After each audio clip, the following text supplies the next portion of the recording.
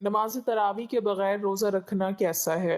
حضور اکرم صلی اللہ علیہ وسلم کا فرمان مبارک: نماز تراویح کے بغیر روزہ رکھنے سے اللہ تعالیٰ اس انسان کا روزہ اس کے بسم اللہ الرحمن الرحیم تراویح ترویحہ کی جمع ہے، اور ترویحہ راحت سے لیا گیا ہے، یعنی ایک دفعہ آرام کرنا، 2 رکعتوں کے بعد ایک دفعہ سلام پھیرنا، اور رمضان کی راتوں میں باجماعت نماز کو تراویح کہا جاتا ہے۔ صحابہ اکرام رضی اللہ عنہم ہر 2 سلاموں کے بعد 4 رکعت کے بعد کچھ آرام کرتے تھے۔ خود تراویح کا صیغہ بتلا رہا ہے کہ تراویح کی رکعت 8 سے یقیناً زائد ہیں، تبھی تو آرام کا تصور اس صیغے سے ملتا ہے۔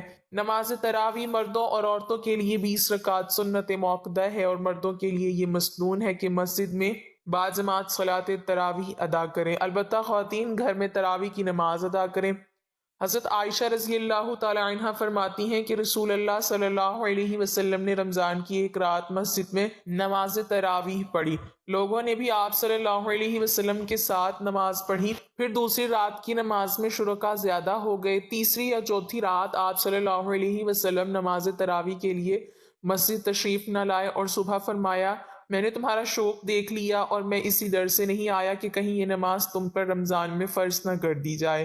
حضرت ابو ہریرہ رضی اللہ تعالیٰ عنہ فرماتے ہیں کہ رسول اکرم صلی اللہ علیہ وسلم قیام رمضان کی ترغیب دیتے۔ آپ صلی اللہ علیہ وسلم فرماتے: جو شخص رمضان کی راتوں میں نماز تراویح پڑھے اور ایمان کے دوسرے تقاضوں کو بھی پورا کرے اور ثواب کی نیت سے یہ عمل کرے تو اللہ تعالیٰ اس کے سابقہ گناہ معاف کر دیں گے۔ نبی اکرم صلی اللہ علیہ وسلم کی وفات تک یہی عمل جاری رہا۔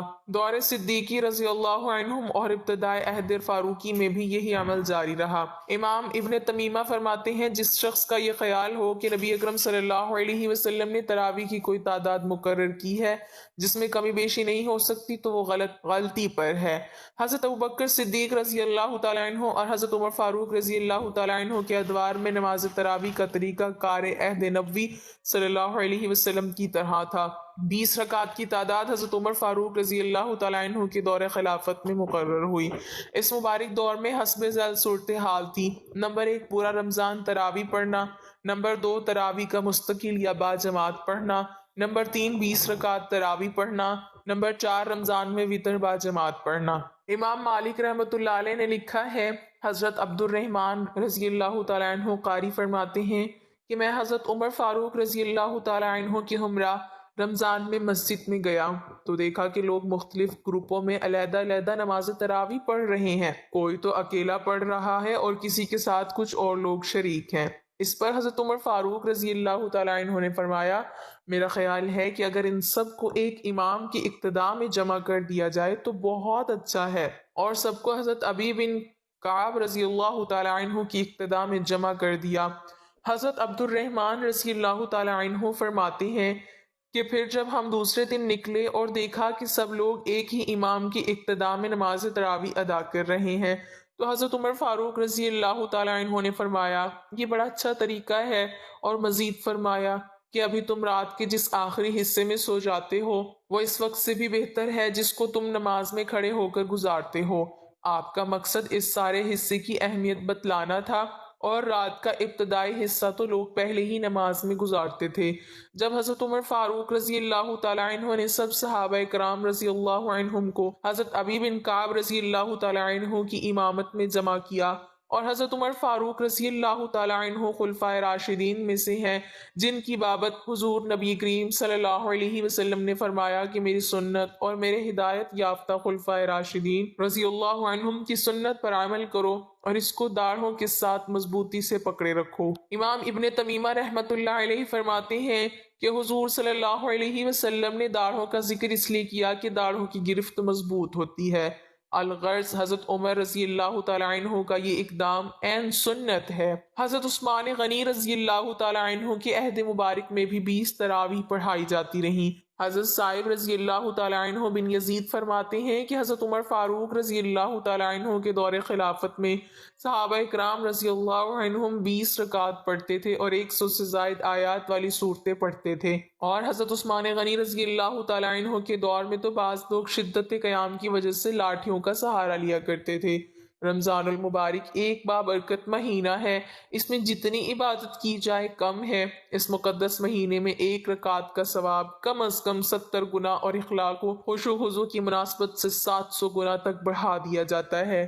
لہٰذا یہی کوشش ہونی چاہیے کہ زیادہ سے زیادہ نیکیوں کا ذخیرہ کیا جائے۔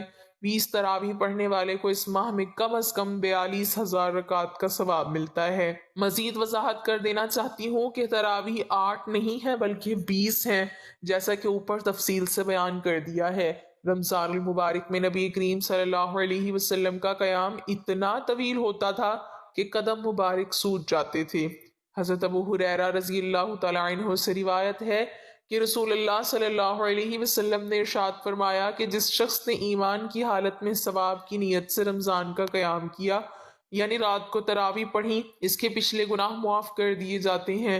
رمضان کا تعلق قرآن سے ایسا ہی ہے جیسے جسم سے روح کا ہے، یعنی رمضان کی روح قرآن ہے۔ رمضان کا مہینہ قرآن کو پڑھنے اور سمجھنے کا ہے۔ اس مہینے میں خصوصیت سے قرآن کی تلاوت کی جاتی ہے۔ راتوں میں تراویح کی صورت میں قرآن کو ادب کے ساتھ پڑھا اور سنا جاتا ہے۔ یہ مہینہ اس مقصد کے لیے خاص ہے کہ اس میں اللہ تعالیٰ کی سب سے بڑی نعمت کا سب سے زیادہ تذکرہ کیا جائے۔ نزول قرآن کے مہینے میں قرآن کو پڑھتے اور سنتے ہوئے آدمی کو وہ لمحہ یاد آ جاتا ہے جبکہ آسمان اور زمین کے درمیان نورانی رابطہ قائم ہوا، اور اس کو یاد کر کے بندہ پکار اٹھتا ہے کہ اے مولا، تو میرے سینے کو بھی اپنی تجلیات سے روشن کر دے۔ قیام رمضان یعنی تراویح کا بنیادی مقصد بھی یہی ہے۔ نماز تراویح کی پابندی سے کم از کم اتنا ضرور حاصل ہوتا ہے کہ بندہ پورا قرآن ایک بار سن لیتا ہے۔ اللہ تعالیٰ کی حضور کھڑے ہو کر اللہ کا کلام سننے کا بہت بڑا روحانی فائدہ ہے۔ اس مہینے میں قرآن کریم کا ختم کرنا اس وجہ سے مسنون ہے کہ قرآن کریم کا نزول اسی مہینے میں ہوا۔ رمضان کی راتوں میں نماز تراویح اس لیے مقرر ہوئی کہ طبی خواہشوں کی کمال مخالفت ثابت ہو، کیونکہ طبیعت روزے کی سستی و محنت اور مشقت کو دور کرنے کے لیے استراحت و آرام چاہتی ہے۔ لہٰذا اس میں ایسی عبادت کا تقرر ہوا کہ جس سے عادت و عبادت میں واضح فرق نمایاں ہو۔ ماہ رمضان نزول برکات انوار کے لیے مخصوص ہے، لہٰذا اس مہینے کی راتوں میں بھی خاص عبادت کا تقرر ہوا، کیونکہ اکثر برکات و انوار الہی کا نزول رات ہی کو ہوتا ہے۔ نماز تراویح سنت موقدہ ہے، اور تراویح میں ایک مرتبہ پورا قرآن پاک پڑھنا یا سننا بھی سنت موقدہ ہے۔ یہ دونوں عمل علیحدہ علیحدہ دو سنتیں ہیں، اس لیے جو لوگ صورتوں کے ساتھ نماز تراویح ادا کرتے ہیں اور پورا قرآن مجید تراویح میں پڑھتے یا سنتے نہیں، وہ تراویح کی سنت تو ادا کرتے ہیں لیکن تراویح میں پورا قرآن مجید پڑھنے یا سننے کی سنت ان کے ذمہ باقی رہتی ہے۔ اسی طرح جو لوگ چند راتوں میں قرآن پاک پورا سن کر تراویح چھوڑ دیتے ہیں، ان کے ذمہ تراویح کی سنت باقی رہتی ہے۔ یہاں سے معلوم ہوا کہ قرآن مجید کے ختم ہو جانے کے بعد اکثر لوگ تراویح کے ادا کرنے میں جو سستی کرنے لگتے ہیں، یہ بھی ان کی غلطی ہے۔ ختم قرآن مجید کے بعد بھی رمضان المبارک کی تمام راتوں میں عید الفطر کے چاند دیکھنے تک تراویح کا پڑھنا سنت ہے۔ ایک حدیث مبارکہ میں تو یہاں تک اللہ کے محبوب صلی اللہ علیہ وسلم نے امت کو خوشخبری دی کہ جو شخص ایمان کے ساتھ اور ثواب کے اعتقاد سے رمضان کا روزہ رکھے اور رمضان کی شب بیداری کرے یعنی تراویح پڑھے تو وہ اپنے گناہوں سے اس دن کی طرح نکل جائے گا جس دن اس کو اس کی ماں نے جنا تھا۔ ان تمام فضیلتوں کا علم ہونے کے بعد تو ہر مسلمان کو ذوق و شوق سے تراویح کو پورے اہتمام سے ادا کرنا چاہیے تاکہ رمضان المبارک کی برکتوں سے سرفراز ہو سکے، اس کی مغفرت ہو اور اللہ تعالیٰ کی رحمتوں سے نوازا جائے۔